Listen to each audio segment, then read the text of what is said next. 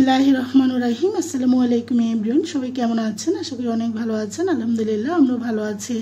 আজও আপনাদের মাঝে আরেকটি রেসিপি নিয়ে এসেছি। বাই দ্য ওয়ে, আমি দিনাস কুকিং হোম থেকে সবাইকে অনেক স্বাগতম জানাচ্ছি। আজকে আপনাদেরকে তৈরি করে দেখাবো রান্না করা বুটের ডাল দিয়ে গরুর হাড়ের রেসিপি। এই রেসিপিটা আসলে সবাই খুবই পছন্দ করে। আর গরুর হাড় আসলে বেশি দিন ডিপ ফ্রিজে থাকলে হাড়ের একটা বাজে স্মেল হয়ে যায়, তখন খেতে আসলে ভালো লাগে না, একটা বিশ্রী গন্ধ বের হয়ে যায়।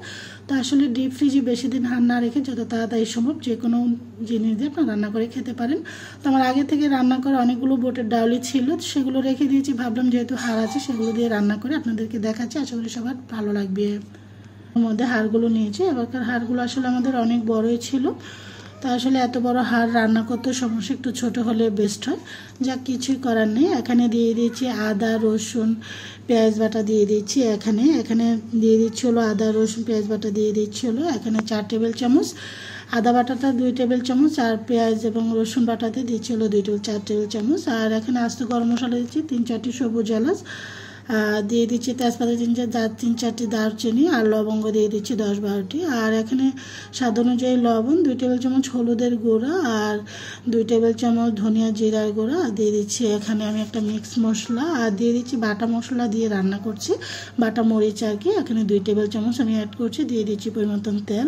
আমি একবারই বসিয়ে দিচ্ছি, আপনার চাইলে আলাদা মশলা কষিয়ে রান্না করতে পারেন। এখন নেড়ে চেড়ে ভালো করে চামচের ঢাকনা দিয়ে ঢেকে হাই ফ্লেমে রান্না করছি 10 মিনিট।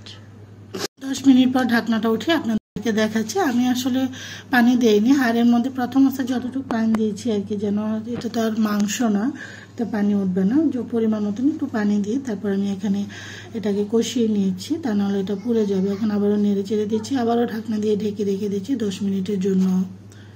তো আমার হাড়গুলো আস্তে আস্তে কষানো হয়ে আসছে, দেখতে পাচ্ছেন।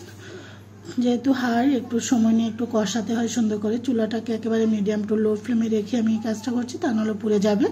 আবারও নেড়ে চেড়ে ঢেকে দিচ্ছি, আবারও কিছুক্ষণ কষিয়ে নিচ্ছি। যে ঢাকনাটা উঠিয়ে আপনাদেরকে দেখাচ্ছি। তো হাড়গুলো আবারও এই যে দেখুন, তো এইভাবে করে আমি কষিয়ে নিচ্ছি হাড়গুলোকে। আসলে হাড় যতটা ভালো কষাবেন, এটা টেস্ট আসলে যে কোনো জিনিসে আপনি যত ভালো কষাবেন টেস্ট ততই আসে। এই যে দেখুন, আমার আগে থেকে রান্না করা ছিল, আমি ডিপ ফ্রিজে রেখে দিয়েছিলাম। তো আমি আসলে বুটের ডাল রান্না সবসময় একটু বেশি করে রান্না করি। অনেক সময় কিছু কিছু রান্না থাকে, ওইসব রান্নাগুলোর উপর বুটের ডালটা ছড়িয়ে দেওয়া যায়। তো আমার কিন্তু হাড়গুলো কষানো হয়ে আসছে, তো আমার রান্না করা আগে থেকে যে বুটের ডালটা ছিল সেটা আমি এখন দিয়ে দিয়েছি উপরের মধ্যে। তো আমার যেহেতু হাড়গুলো অনেকক্ষণ কষিয়েছি, এটা বেশিক্ষণ একটা সময় লাগবে না এটা হতে। ডালটা অলরেডি আমার রান্না করা ছিল, আর হাড়গুলো অনেকক্ষণ কষিয়ে নিয়েছি। আবার একটু আমি ডালটা দেওয়ার পরে আবার একটু প্রায় 5-6 মিনিট হাড়ের সাথে কষিয়ে নিয়েছি। স্মেলটা দারুণ এসেছে। আসলে হাতে করা মশলার ফ্লেভার এবং স্বাদটাই কিন্তু কোনো রকম থাকে। আবারও কিছু কষিয়ে দিয়েছি, কষিয়ে তারপর আমি এখানে পরিমতন পানি দিয়ে দিয়েছি। অতিরিক্ত পানি দেব না। এখন ঢেকে দিয়েছি হাই ফ্লেমে 10 মিনিট। 10 মিনিট পর ঢাকনাটা উঠিয়ে আপনাদেরকে দেখাচ্ছি। তো আমার কিন্তু আস্তে আস্তে কিন্তু হয়ে আসছে।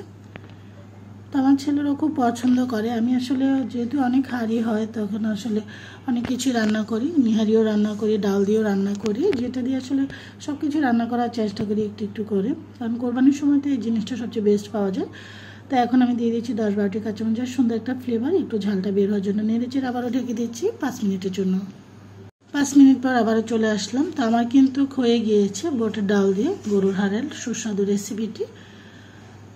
তো এখন আমি একটু দিয়ে দিব হলো গরম মশলা গুঁড়ো। এটা আমার হাতে তৈরি করে, আমি 1 চামচ দিয়ে দিচ্ছি ওঠানোর 1 মিনিট বা 30 সেকেন্ড আগে।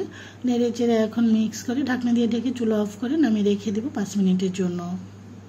এখানে একটা সার্ভিং বোল নিয়েছি। রান্না হয়ে গেল খুবই সুস্বাদু বুটের ডাল দিয়ে গরুর পায়া বা হাড়ের রেসিপিটি। আপনারা এটা ট্রাই করতে পারেন। এটা রুটি, পরোটা, নান রুটি, লুচির সাথে খেতে অনেক ভালো লাগে। আশা করি সবারই ভালো লাগবে আজকের রেসিপি। সবাই ভালো থাকেন। আল্লাহ হাফিজ।